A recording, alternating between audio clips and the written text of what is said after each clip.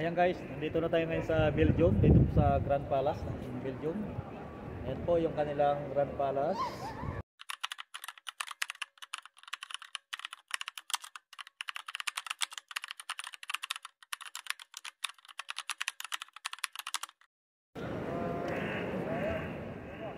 Ayan guys, nandito na tayo ngayon sa Belgium, dito po sa Grand Palace ng Belgium.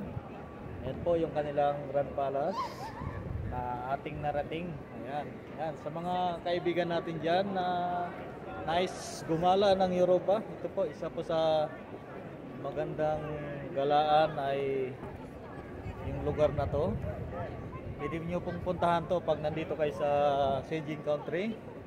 Ay maaari nyo pong marating ang Belgium via bus or via airplane na walang hassle. Yan. Pero para sa akin na nag-travel mula Croatia, sumakay ako ng eroplano papunta dito sa Belgium. Ang biyahe namin ay 1 oras at 40 minutos lang sa eroplano at hindi po maigpit. Hindi po maigpit ang border immigration pagdating ng biyahe. Kaya advice ko sa mga kaibigan natin na gusto pumunta ng Belgium, mag-eroplano na kayo. Mag-booking lang kayo ng medyo mura-mura.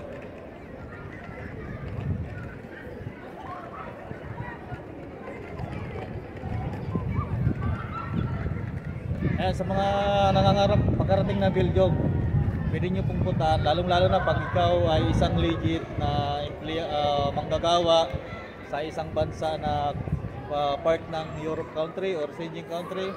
Makakarating po kayo rito sa Belgium na walang kahirap-hirap, walang hassle, at walang border control. Kaya pwede kayong pumasyal dito.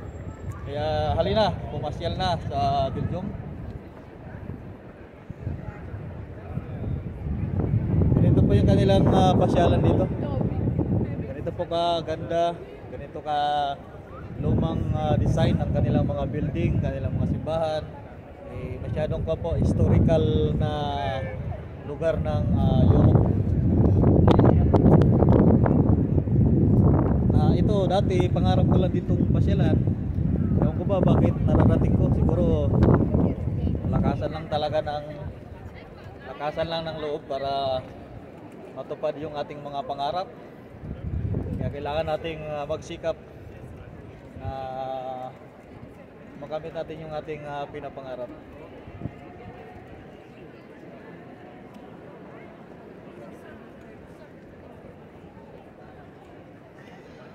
Guys, mag-iikot-ikot lang ako at marami pa tayong pupuntahan dito kasi ang ating bakasyon ay 6 na araw.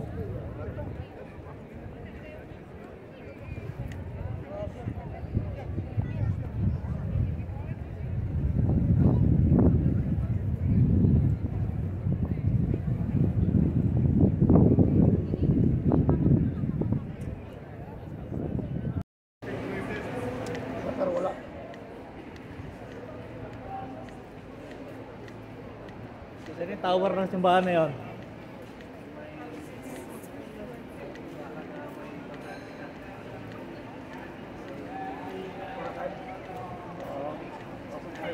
Baka may misa ngayon.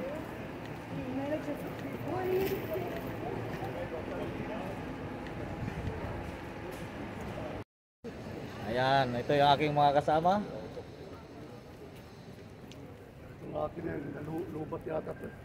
Ayaw.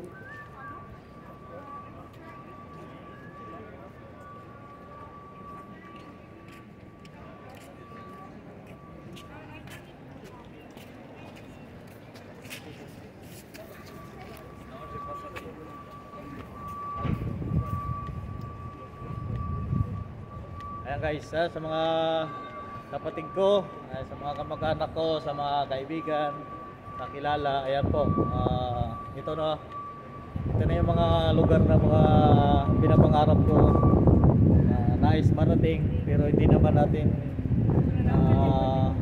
expected na mapuntahan natin yung bansang to. Ayan po, Brussels, Belgium po.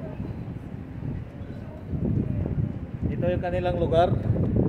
Napakagandang lugar, diba?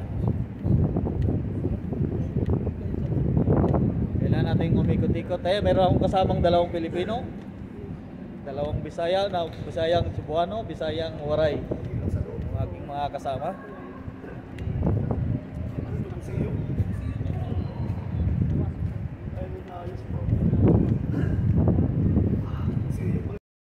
Ayaw mag-connect yung ano ko. Ganun, baka lubat ko. Baka lubat, hindi ko kasi nasaksak ko eh.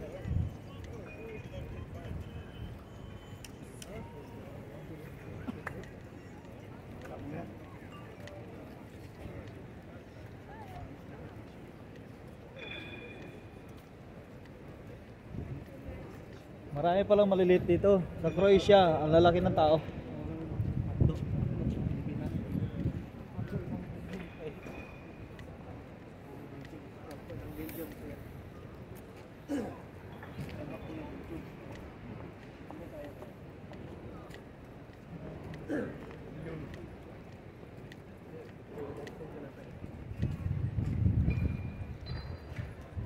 Ito lang dito.